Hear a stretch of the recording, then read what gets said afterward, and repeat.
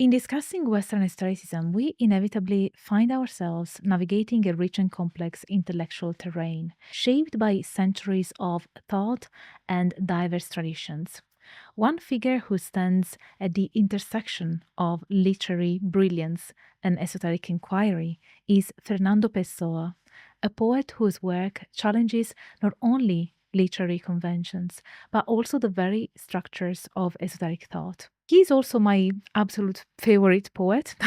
Pessoa's explorations of aesthetic ideas through his heteronyms presents a compelling, multifaceted approach that continues to fascinate scholars of both literature and esotericism. Before we dive into today's discussion, I want to emphasize the importance of your support in allowing free education for all on topics in esotericism based on peer-reviewed scholarship. You keep this project alive by contributing through Patreon, Ko-fi, YouTube memberships, and for details on how supporting me, please visit drangelapuca.com or check out the links in bio, on screen, cards, info box, everywhere. And to ensure that you never miss out on my latest content, I encourage you to sign up for my newsletter. This way, you will always be in the loop and have my uncensored thoughts, independent of social media algorithms. A huge thank you to everyone who makes academic esoteric literacy possible. Your contributions makes all the difference in the world. Now, let the symposium begin.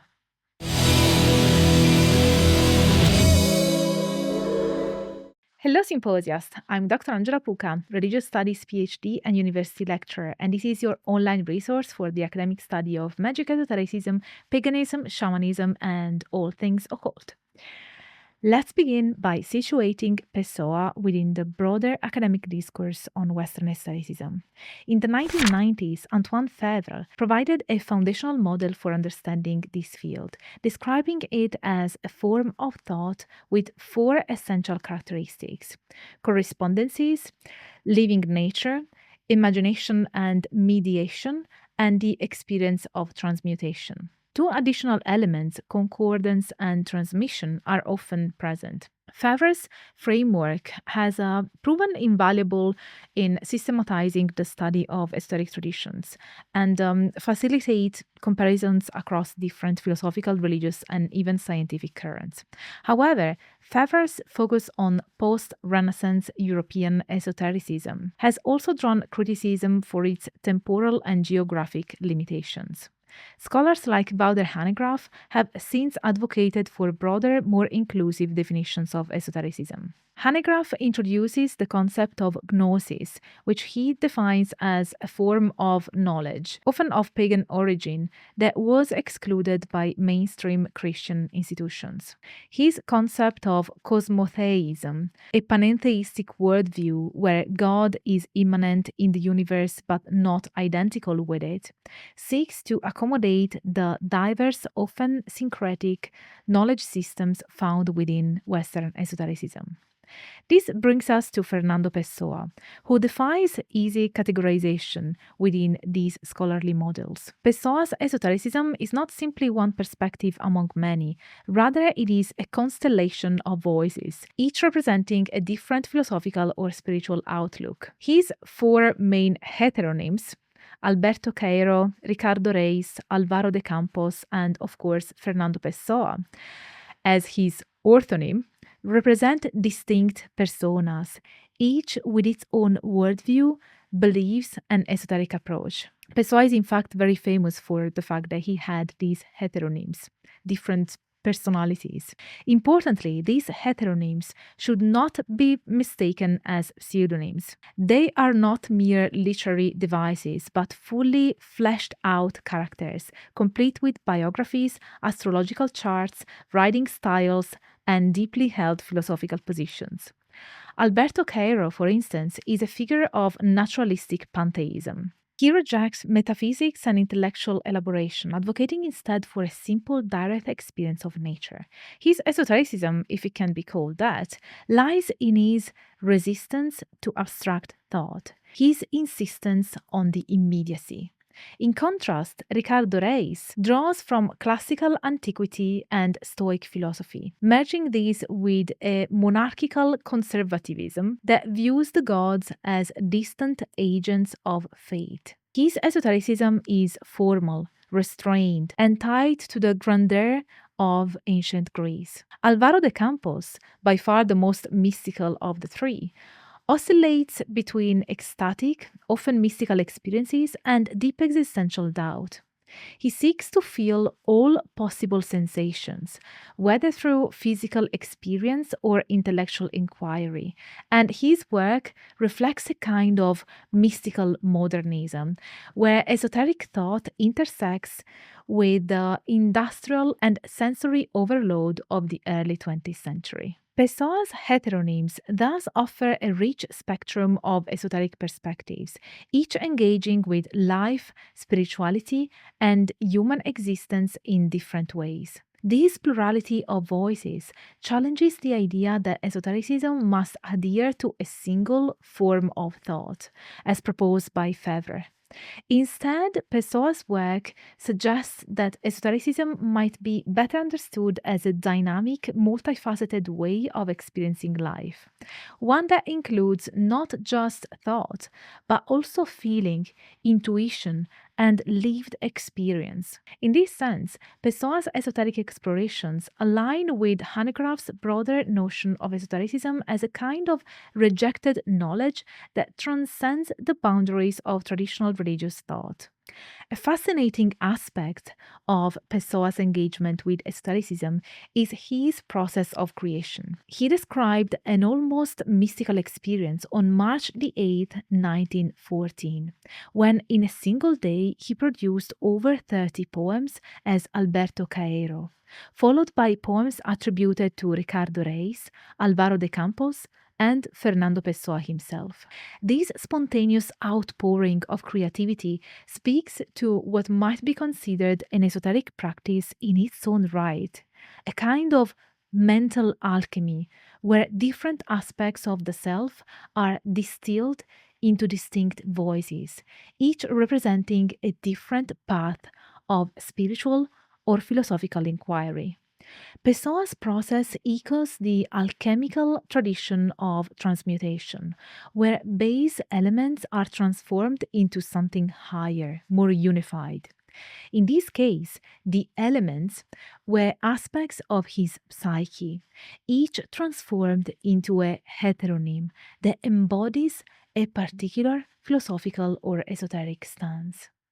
Furthermore, Pessoa's writings often explore themes central to Western esotericism, such as reincarnation, karma, and spiritual transmutation. In his poem Iniciação, for example, he reflects on the journey of the soul, shedding the layers of material existence to achieve a higher spiritual state. This poem, translated as Initiation, reflects a deep engagement with the esoteric tradition of the soul's ascent, a theme that resonates with both Gnostic and Neoplatonic thought. Pessoa's esoteric explorations were not limited to his heteronyms. After his death, over 27,000 fragments were discovered, including 417 that are explicitly esoteric. These fragments, now housed in the National Library of Portugal, provide invaluable insight into his spiritual worldview. They reveal a mind grappling with the mysteries of existence, often in ways that defy rational explanation. For Pessoa, esoteric knowledge was not something that could be fully articulated through intellectual discourse. It required a more intuitive, emotional engagement with the mysteries of life and the universe. His esoteric fragments, many of which are spontaneous and unpolished, reflect this belief, offering glimpses into his thoughts on the nature of God, the limits of human understanding, and the ineffable mysteries that lie beyond the reach of reason. What makes Pessoa particularly relevant to contemporary discussions of esotericism is his ability to prefigure modern spiritualities, especially those that resist rigid doctrinal boundaries. In today's world, many people blend multiple, sometimes contradictory spiritual traditions, drawing from Eastern religions, Western esotericism and New Age practices, in a way that mirrors Pessoa's heteronyms. Just as Pessoa's heteronyms embody different aspects of his spiritual and philosophical self, modern individuals often explore different facets of their identities through various spiritual paths. This reflects a broader shift towards what might be called spiritual pluralism, where individuals reject the idea of a single, coherent religious or spiritual identity in favor of a more fluid, multifaceted approach.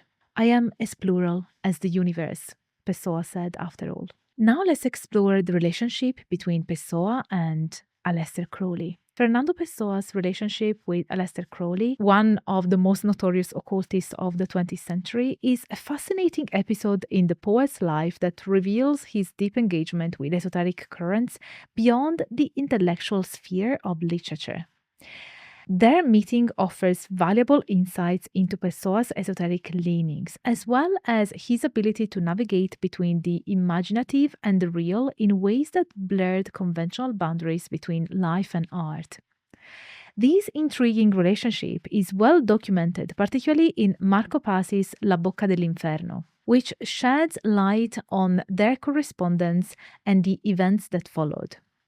In 1930, Pessoa and Crowley met in Lisbon, an encounter that was sparked by Crowley's growing fame and his interest in Pessoa's astrological expertise. Pessoa had developed a reputation as an astrologer, notably under the heteronym of Raphael Baldaya. It was Pessoa's astrological calculations that first drew Crowley's attention. At the time, Crowley was interested in staging dramatic, symbolic acts as part of his magical practices, and he found in Pessoa a kindred spirit, who could appreciate both the esoteric and performative aspects of his work. The two men shared common ground in their interest in occultism, mysticism, and Gnosticism, but their personalities and esoteric goals were markedly different. While Crowley was flamboyant and provocative, embodying the image of the great beast who sought to shock and transgress societal norms, Pessoa approached esotericism with a more philosophical and introspective demeanor. This difference is crucial to understanding the dynamic between the two figures. While Crowley reveled in public rituals and scandal, Pessoa was more inclined towards quiet intellectual contemplation, often channeling his esoteric investigations through poetry and his heteronyms. Their collaboration culminated in an elaborate hoax, which has since become legendary.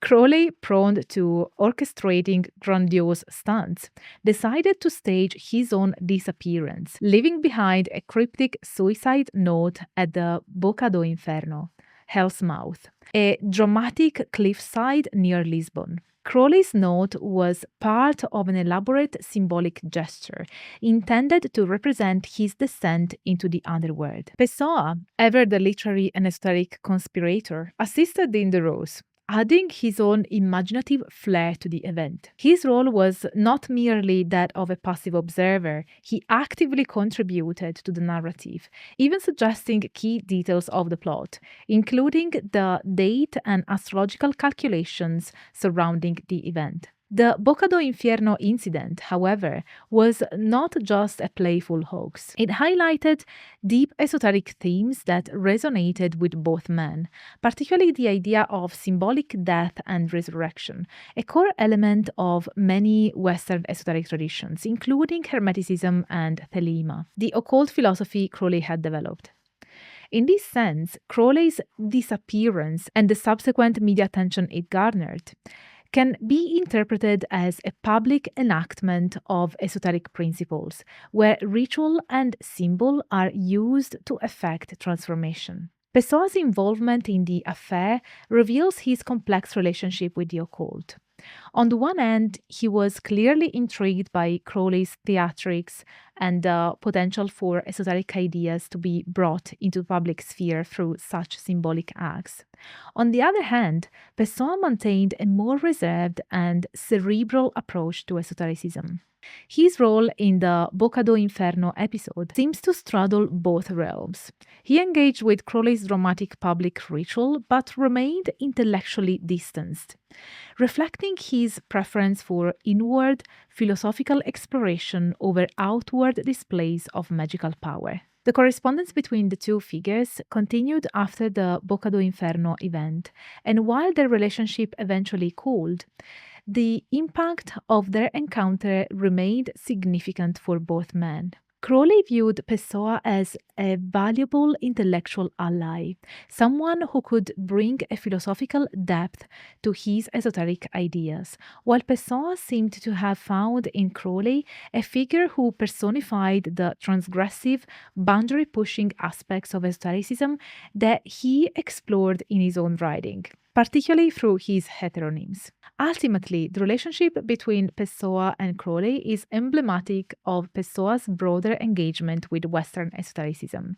It highlights his ability to move between different esoteric traditions and personas, always maintaining a critical, reflective distance while participating in the creative, transformative aspects of esoteric practice. As Marco Pasi notes in La Boca dell'Inferno, Pessoa's involvement in the Hoax reveals the depth of his esoteric interest, but also his reluctance to fully embrace the more performative, sensationalist elements of Crowley's occultism. For Pessoa, esotericism was above all an intellectual and poetic pursuit, a way of engaging with the mysteries of existence through thought, language, and symbol. His brief collaboration with Crowley thus stands as a testament to his complex, multifaceted relationship with the world of the occult. In conclusion, Fernando Pessoa's esoteric thought offers a profound challenge to the traditional models of Western esotericism. His heteronyms present us with a vision of the self as multiple, complex, and engaged in a continuous process of transformation. His work reminds us that esotericism is not just a system of thought, but a way of being, a way of engaging with the mysteries of existence through art, intuition, and the creative process. For those of us interested in esotericism, Pessoa's life and work provide a rich field of study, one that bridges the gap between intellectual inquiry and lived experience, between the rational and the mystical. His exploration of the soul's many voices remains a vital contribution to both literature and esoteric thought, offering insights that are as relevant today as they were during his lifetime. Não dormes sob os ciprestes, pois não há sono no mundo. O corpo é a sombra das vestes que encobre o teu ser profundo. Vem a noite, que é a morte e a sombra acabou sem ser. Vais na noite só recorte, igual a ti sem querer. Mas na estalagem do assombro, tiram-te os anjos a capa. Segues sem capa no ombro, com o pouco que te tapa. Então arcanjos da estrada despem-te e deixam-te nu. Não tens vestes, não tens nada. Tens só teu corpo, que és tu. Por fim, na funda caverna, os deuses despem-te mais. Teu corpo cessa, alma externa, mas vês que são teus iguais. A sombra das tuas vestes ficou entre nós na sorte. Não estás morto entre cipestres. Neófite, não há morte. This is it for today's video. If you watched until this point, leave me a pen emoji. Now, my dear symposiasts, this project of delivering free academic knowledge based on peer-reviewed scholarship can only exist thanks to your support. So if you have the means and want to offer this knowledge to all, please consider supporting my work with PayPal donations by joining membership, my inner symposium on Patreon, checking out my services at drangelapuca.com, super thanking me in the comments, or any of the above or multiple ones. You find all the links on screen, in a pinned comment, in the info box, in bio, everywhere. And also don't forget to sign up for my newsletter so that you will get all of my uncensored updates, and you will not be dependent on social media algorithms to know what I've been up to. So please sign up for my newsletter. It's on my website. And yeah, thank you for considering. And if you like this video, don't forget to smash the like button, subscribe to the channel if you haven't already, activate your notification bell so that you will never miss a new upload from me, and share my videos around, please. It would really, really mean the world to me so that the symposium can grow. And thank you so much for being here. I hope that you stay tuned for all the academic fun. Bye for now. Today we hold the ground, we'll